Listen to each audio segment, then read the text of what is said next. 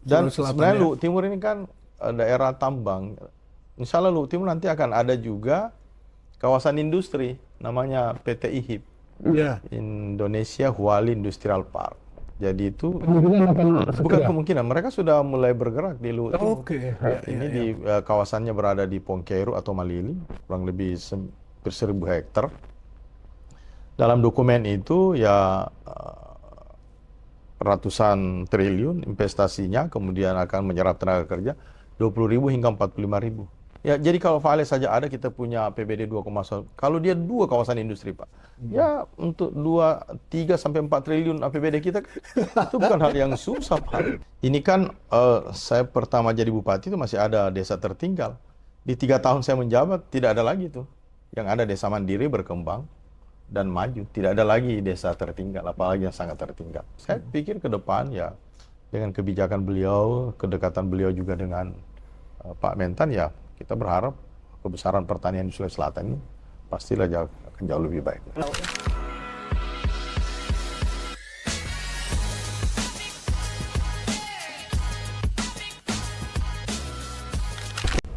Bismillahirrahmanirrahim. Salam doser, salam demokrasi. Kawan-kawan netizen, kita berjumpa lagi dalam podcast Sudut Politik. Podcast Sudut Politik adalah podcast yang diikhtiarkan doser untuk mendukung pelaksanaan Pilkada serentak 2024, khususnya Pilkada Sulawesi Selatan dan Pilkada 24 kabupaten dan kota di Sulawesi Selatan. Tim doser memiliki ikhtiar untuk mendukung pilkada yang demokratis, berkualitas, dan tentu saja pilkada yang damai. Pada kesempatan kali ini kita beruntung karena kita kedatangan tamu yang sangat istimewa. Beliau adalah petahana Bupati Luwu Timur, yaitu Bapak Dr. Andes Haji Budiman Hakim, MPD. Nah, pada saat ini beliau juga kembali maju di Pilkada Luwu Timur sebagai paslon 02 berpasangan dengan Bapak Andi Akbar Leluasa.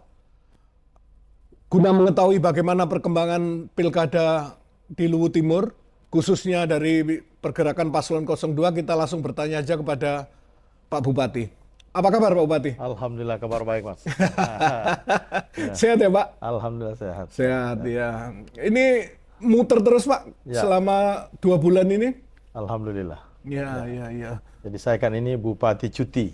Oh gitu ya? Oh iya Pak. Insya Allah nanti tanggal 24, 3 hari sebelum pencoblosan masuk lagi aktif. Oh, masih anu ya, masih menjabat ya Pak ya? Masih menjabat. Sampai kapan Pak periodenya? Harusnya sih kalau jabatan normal kan itu 2026. Oh, masih Tapi lama karena ya ini Pak kan, ya? tapi Pilkada karena serentak. ini pilkada serentak ya sesuai perintah undang-undang lah. Ya. Insyaallah kita lanjut 2 periode lah. Amin, amin. Opoki ya Pak ya? Opo Ki. Opoki ya. Pak Budiman, bagaimana sejauh ini kampanye dilakukan, sudah menyentuh berapa kecamatan di Luwu Timur? Seluruh kecamatan. Berapa itu Pak? 11 kecamatan. Sudah Bapak datangi semua? 128 desa. Semua ada. Sudah didatangi Insya semua Allah, Pak? sudah. Iya, iya. Nah Pak, kalau bicara tentang pilkada kali ini, program unggulan apa yang diusung sama paslon 02 dengan tagline lanjutkan kebaikan nih Pak? Ya. Ya. Baik, saya mau cerita keberkahan dulu selama saya jadi memimpin. Oke, siap. Kan Apa yang sudah kita, Bapak ya, lakukan kemarin? iya. Ya. Yang pertama, daerah ini kan baru 21 tahun usianya. Tapi alhamdulillah di zaman saya ini jadi bupati, pertumbuhan APBD kita meningkat dari 1,4 triliun, sekarang tembus di angka 2,1 triliun. Nah, ya. Begitu pula dengan pertumbuhan ekonomi Luwu Timur. Saya cerita-cerita berkah dulu. Siap. Ya. Waktu saya masuk pertama minus 1,39. Sekarang pertumbuhan ekonomi Luwu Timur 9,66. 9,66. Ya. Kemiskinan juga di 19 tahun terakhir ini paling rendah, di angka 655. Kemudian per kapita Luwu Timur ini kedua terbesar setelah Kota Makassar. PDRB Luwu Timur juga seperti itu. Ini berkah-berkah bagi masyarakat Luwu Timur, kita cerita dulu. Siap. Iya. Indeks pembangunan manusia tertinggi untuk seluruh kabupaten juga di Kabupaten Luwu Timur di Sulawesi Selatan, Pak. Tertinggi ya Pak ya? Tertinggi IPM ya? di luar kota Makassar, kota Parepare dan kota. Kan ini bukan Oh, yang oke. khusus untuk kabupaten. Iya. Saya pikir itu keberkahan. Kemudian yang berikut adalah pendapatan asli daerah kita juga meningkat. Kepuasan orang terhadap keamanan dan ketertiban di angka 94%. Di sektor pendidikan orang puas juga di sekitar 94%. Kesehatan juga begitu. Kemudian pelayanan publik, ya survei kemarin 94% masyarakat puas terhadap itu semua. Ini berkah bagi masyarakat Luwu Timur yang heterogen, majemuk, ya, dengan sumber daya alam yang melimpah, ketemu orang-orang baik di atasnya. Siap, Itulah sebabnya iya. kita mengambil tagline Lanjutkan kebaikan. Ya. Nah, Ya. apa program saya kan ini saya awalnya kan saya wakil, Pak, ya, Ya, perjalanannya siap, saya ya. jadi bupati, saya melanjutkan seluruh program yang ada, ya. Jadi yang pertama adalah seluruh yang belum fungsional kita coba fungsionalkan. Sebagai contoh stadion yang selama ini sekian tahun tidak bisa kita tidak bisa kita fungsionalkan. Alhamdulillah di zaman kami ini fungsional stadionnya, walaupun mungkin tribunnya belum selesai. Islamic Center kita bangun. Kemudian mengajak dunia usaha untuk bersama-sama membangun ruang-ruang terbuka hijau. Menggunakan anggaran mereka, bukan menggunakan anggaran APBD. Iya. Jadi ini semua saya pikir ya bisa kita lakukan. Kemudian program yang mungkin tidak ada di Sulawesi Selatan, aja di Luwu Timur itu yang pertama adalah program bantuan keuangan khusus. 1 miliar satu desa di luar dana desa dan alokasi dana desa. Pelayanan kesehatan gratis, UHC kita ini dapat penghargaan Bapak Presiden. Ada 1 kamar 1 pasien untuk kelas 3. Kalau dia sembuh diantar kembali pulang ke rumahnya. Kemudian memberikan beasiswa bagi mahasiswa Luwu Timur. Pendidikan gratis. Ini semua upaya yang sebenarnya secara berkelanjutan kita laksanakan. Ya. Nah, ini kemudian di sektor pertanian ya secara luas ya kita menambah anggaran karena 80% masyarakat bergantung di sektor pertanian itu, walaupun sebenarnya pendapatan PDRB Luwu Timur itu 51% dari sektor pertambangan. Pertambangan ya Pak Ya, ya? karena Ya. memang tambang nikel ada di Luwu Timur. Tapi ya tambang untuk kebaikan masyarakat Luwu Timur. Ya. Nah, ini semua bagian daripada upaya kita bagaimana menghasilkan tata kelola pemerintahan yang baik, yang ujungnya adalah bagaimana mensejahterakan masyarakat yang ada di Kabupaten Luwu Timur. Iya, iya, iya. Kayak dana desa 1 miliar per desa itu mulai kapan Pak? Apakah sejak awal Bapak Iya, menjabat bupati? iya, Ya. karena itu memang janji kemarin. Hmm. Dan modelnya dalam bentuk bantuan keuangan khusus. Ya. Nah, ke depan kita janjikan itu minimal, angka minimal kita gunakan minimal 1 miliar. Artinya apa? Dia boleh 2 miliar, boleh 3 miliar sesuai dengan kemampuan keuangan daerah. Karena di awal juga ini kan saya pertama jadi bupati itu masih ada desa tertinggal. Di 3 tahun saya menjabat tidak ada lagi tuh. Yang ada desa mandiri berkembang dan maju. Tidak ada lagi desa tertinggal, apalagi yang sangat tertinggal. Iya, iya. Ini iya. kemandirian desa dengan indeks desa membangun kita berada di urutan 150 ya. Se-Indonesia. Indonesia Pak ya? Ya. Kemudian daerah yang cukup inovatif. Saya masuk jadi bupati itu kita posisi 280 ke atas lah posisinya. Sekarang kita di angka 66 kalau tidak salah. Kita berada pada secara nasional. Iya, iya, iya. Ini semua ya keberkahan lah. Saya cerita keberkahan bagi masyarakat Iya, iya. Luwu Timur. Berarti ada yang bisa kita highlight lah, ada yang bisa kita ceritakan. Ada prestasi bersama-sama. Jadi bukan hanya saya sebagai bupati, tapi ini bersama-sama Prokopimda, DPR dan seluruh masyarakat. Ya, karena tidak mungkinlah 1-2 orang melahirkan itu. Iya, iya, iya. Artinya dana itu bisa 1 miliar atau bisa lebih. Bisa lebih. Artinya itu digunakan untuk Pak? Apakah untuk membangkitkan UMKM-nya atau Dia di seperti dalamnya apa? banyak Ya. menu. Oke. Dia bukan hanya Bisa satu. untuk bangun ya, Ya, jadi infrastruktur. kita kan infrastruktur, Oke. bedah rumah, Oke. memberikan insentif petugas keagamaan, memberikan kendaraan, Luwu Timur terang. Oh, Ya, jadi itu ya, paket ya itu Pak paket, ya? jadi kita tinggal ngatur menunya. Dan Ya. ini kita sudah mencontoh dana-dana alokasi khusus sebenarnya. Oh. Jadi kita berikan. Jadi kalau kebijakan itu kan tidak boleh hanya diomongkan, Pak. Dia harus diberikan dalam bentuk Iya, ada iya, kebijakan anggarannya. Oh, Kan iya, gitu. iya, Nah, iya, kalau ada iya. kebijakan anggaran, pastilah orang bisa kita ukur. Bisa diukur. Jadi kebijakan harus bisa diukur. Iya. Artinya dengan bantuan itu mungkin yang kemudian menggerakkan perekonomian ya Pak. Pasti. Sehingga yang utama adalah pemerataan itu supaya tidak ada kesenjangan. Iya. Jadi bisa menekan angka dan menaikkan beberapa parameter di indikator Luwu Timur itu ya Pak ya. Oke. Nah, program unggulan apa yang nanti mungkin baru selain yang kemarin Pak? Apakah ada yang untuk dibawa nanti untuk 5 tahun ke depan? Insya Allah tahun ke depan itu di samping semua yang ada ini kita lanjutkan, terus kita tingkatkan, ya kita memberikan nanti pupuk gratis pada petani supaya apa? Karena memang ya tadi itu dalam rangka ketahanan pangan kita harus mendorong pertanian ini paling tidak kalau kita tidak bisa tingkatkan kita minimal tidak tingkatkan produktivitas, minimal kita menekan angka operasional petani. Dengan demikian mudah-mudahan ini petani masih bisa berdaya lah.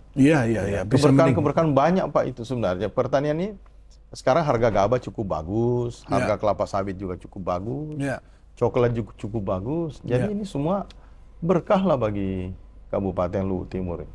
Karena Luwu Timur ini ya lengkap, punya pantai 117 km, Teluk Bone, punya tambang, punya gunung, punya perkebunan kelapa sawit, coklat dan lada, tanam pangan, ya padi, lengkap di sana Pak ya. Dari sektor wisata Pak selama ini sudah kita juga sementara menggagas yang namanya Geopark Matano.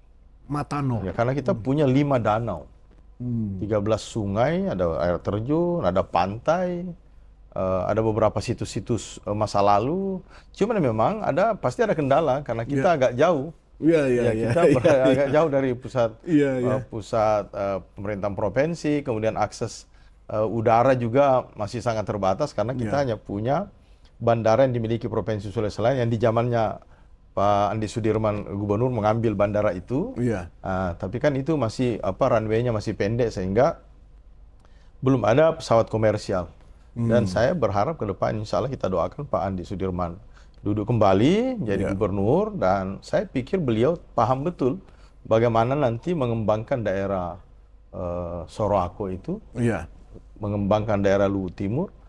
Karena saya biasa berdiskusi dengan beliau dengan ide dan gagasannya bagaimana mengembangkan daerah di sana. Artinya jika insya Allah nanti misalnya Pak Andi Sudirman terpilih, Bapak juga terpilih, kemungkinan untuk memperpanjang runway itu bisa pasti terjadi ada ide, Pak ya? Pak Andi Sudirman pasti banyak ide Pak. Oh gitu ya. Sebenarnya bagaimana kesan Bapak selama berkoordinasi dengan Pak Andi Sudirman? Kan beliau gubernur, saya bupati. Beliau yang lantik saya jadi bupati Pak. Diskusi intens Pak. Diskusi intens, bagus. Jadi saya bisa memahami pemikiran dia terkait dengan bagaimana mengembangkan Sulawesi Selatan ini, terutama di Kabupaten Luwu Timur. Kan beliau kemarin terakhir datang, saya cukup intens berkomunikasi. Ya sebagai sahabat, ya tentu beliau orang baik, dan di tangan beliau saya berharap bahwa Sulawesi Selatan ini pasti akan lebih maju lagi. Iya. Jika insya Allah beliau gubernur, artinya program-program pertanian seperti Bapak sampaikan tadi akan lebih bisa mendapat dukungan ya. Pasti. Apalagi dari pusat ada Pak Mentan misalnya, Pak Amran Sulaiman. Karena begini, karya beliau itu di Luwu Timur, satu ada jalan yang ke perbatasan Sulawesi Tengah itu di zamannya beliau, Nuha Beteleme. Di zaman Pak Andi Sudirman itu dibangun Pak ya? Itu jalan dan beberapa, termasuk kemarin ada bantuan keuangan kita membangun Anjungan Sungai Malili. Sempat beliau singgah lihat itu. Anjungan Sungai Malili. Kan Malili itu di belah sungai. Ibu kotanya di belah sungai, sehingga beliau juga waktu beliau jadi gubernur, nanti saya bantu, alhamdulillah beliau bantu di sana. Dan beberapa tentu hal-hal yang program strategis sifatnya lainnya, insya Allah. Termasuk petani tadi Pak ya? Sudah masuk ya bantuan-bantuan? Kalau bantuan petani ini alhamdulillah, kita terima kasih ke Pak Mentan ini. Ada 15.000 hektar benih, kemudian ada combine 9, John Deere. Ini apa Ben? Di atas 20 miliar kemarin. Kemarin Pak ya? Selama Bapak ini? Ini tahun ini. Tahun ini aja? Tahun ini. Jadi iya. saya tentu terima kasih. Saya pikir ke depan ya, dengan kebijakan beliau, kedekatan beliau juga dengan Pak Mentan, ya kita berharap kebesaran pertanian di Sulawesi Selatan ini pastilah akan jauh lebih baik. Dan Luwu Timur akan siap untuk menjadi salah satu lumbungnya di Dan Sulawesi Selatan. Sebenarnya Luwu Timur ini kan daerah tambang. Insya Allah Luwu Timur nanti akan ada juga kawasan industri namanya PT IHIP, Iya. Indonesia Huali Industrial Park. Jadi itu Kemungkinan akan bukan kemungkinan, mereka sudah mulai bergerak di Luhut Timur. Oke. Ini di kawasannya berada di Pongkeru atau Malili, kurang lebih 1.000 hektar. Dalam dokumen itu ya ratusan triliun investasinya, kemudian akan menyerap tenaga kerja 20.000 hingga 45.000. Ini yang menjadi peluang bagi masyarakat Luhut Timur. Tinggal bagaimana pemerintah daerah bersama dengan swasta meningkatkan sumber daya manusia yang ada. Dan Luhut Supaya Timur ini bisa kan masuk ke bisa situ, masuk. Pak, ya. Nah, Luhut Timur kan tidak asing kalau persoalan tambang karena Iya. 56 tahun Vale berada di sana bersama dengan pemerintah dan masyarakat, dan saya melihatnya bahwa ada kebaikan bersama sehingga tambang tetap ada, tapi masyarakat tetap hidup bisa berdampingan dengan, termasuk lingkungan tetap terjaga. Apalagi ini nanti kalau kawasan industri itu tadi Oh iya. nanti apa ya? Ya, jadi kalau Vale saja ada, kita punya APBD 2,1. Kalau dia 2 kawasan industri, Pak, ya untuk 3 sampai 4 triliun APBD kita itu bukan hal yang susah, Pak. Gitu ya, Pak ya. Ya, Ya, siap. bukan hal yang susah. Kira-kira kapan bisa terrealisasinya, Pak? Kalau dalam dokumen perencanaannya itu groundbreaking-nya insya Allah tahun depan. Oke. Ya, dan ini menjadi Setahun 2 tahun lagi berarti sudah mulai sudah akan mulai, muncul ya, Pak ya? Iya, akan muncul, dan itu menjadi kebaikan dan peluang serta harapan masyarakat Luhut Timur, Pak. Kita punya tambang, terus ada hilirisasinya. Waduh, sangat luar Kalau biasa, ada Pak. kawasan Iya, industri, kemudian runway diperpanjang, wisata kan tumbuh, tumbuh, Pak. bisa Kita jadi punya 5 danau, Pak. 5, ya itulah Pak, objek wisatanya ya. Objek wisata. Artinya akan banyak orang berdatangan ya ke Luhut Timur nanti, Pak. Sudah pasti. Bisa jadi salah satu sentra ekonomi Ya. selain Makassar mungkin nantinya di sana. Mungkin bukan hanya Sulawesi Selatan ya, bisa sentral ekonomi Sulawesi, Pak, karena kan dia berada di tengah. Di tengah-tengah itu, Pak ya. Iya. Kita batas dengan Sulawesi Tengah, Poso, Sultra, Poso. Kita Tenggara. batas dengan Morowali Utara. Kita batas dengan Konawe, ya, Ya. Kolaka Utara, Teluk Bone, Lu Utara. Artinya selama ini orang yang mencari hidup itu ya banyak dari kabupaten-kabupaten lain, Pak. Ya, daerah orang datang. Datang orang ya. Sehingga Luhut Timur itu adalah daerah yang sangat heterogen, Pak. Ya, siap. Sangat majemuk, tapi itu menjadi kekuatan. Ya. Saya melihatnya kalau kita majemuk, ya kita saling jaga. Ya. Dan itu situasinya sangat kondusif. Nah ini Pak Bupati, kalau apa yang Bapak sampaikan terkait misalnya ada kawasan industri nanti, bagaimana nanti ke depannya Bapak untuk meningkatkan SDM Lutim sendiri sehingga bisa masuk ke berbagai sektor tadi itu? Kita punya pengalaman dengan Vale buat kerjasama pelatihan dengan Akademi Teknik Sorowako. Tahun ini kita punya APBD melatih anak-anak muda kita. Sudah Pak ya? Sudah kita mulai. Cuman kita tinggal memperluas nanti karena kita harus bagaimana memproyeksikan serapan tenaga kerja ke depan. Ya, penganggur kita di angka 7.000 sampai 8.000 orang itu. Kita harus bisa buat stimulan lewat APBD kita. Kerjasama pelatihan. Sama dengan BLK, dengan beberapa lembaga-lembaga pelatihan lainnya. Nah, ini menjadi peluang bagi masyarakat kita untuk menyongsong bagaimana serapan tenaga kerja di kawasan industri. Tapi ada satu hal bahwa masyarakat di sektor pertanian tidak boleh meninggalkan juga pekerjaan. Kenapa? Karena ini juga menjanjikan. Kenapa? Kalau semakin banyak orang, ya siapa yang menyiapkan pangannya? Padinya, iya, ayamnya, daging, telur, susunya, ya Pak ya. Multiplier efek terhadap kawasan itu sangat besar, Pak. Sangat besar, ya. Cuman tinggal bagaimana kita mengelola persoalan sosial yang ada. Betul. Ya kan pasti orang datang. Ya. Ya pasti orang datang, persoalan sosial pasti bertambah, permukiman, infrastruktur lain, sampah, listrik, air bersih. Ini nanti yang harus dipikirkan ya, pemimpin ke depan ini ya. Kita pikirkan semua itu. Dan saya pikir kita harus siap dengan itu. Tidak boleh ada hal yang instan, kita mempersiapkan RT/RW-nya, rencana detail tata ruangnya seperti apa. Dan yang utama adalah bagaimana mempersiapkan masyarakatnya menerima perubahan itu. Itu ya Pak ya, salah satu problem yang dihadapi Lutim ya, merubah paradigma mindsetnya masyarakat sendiri ya Pak ya. Apakah itu salah satu strateginya Bapak itu dengan beasiswa S1 misalnya, meningkatkan level pengetahuan? Jadi memang karena kita kan indeks pembangunan manusia kita salah satu yang terbaik. Artinya bahwa rata-rata orang Luhut Timur itu lebih lama sekolahnya.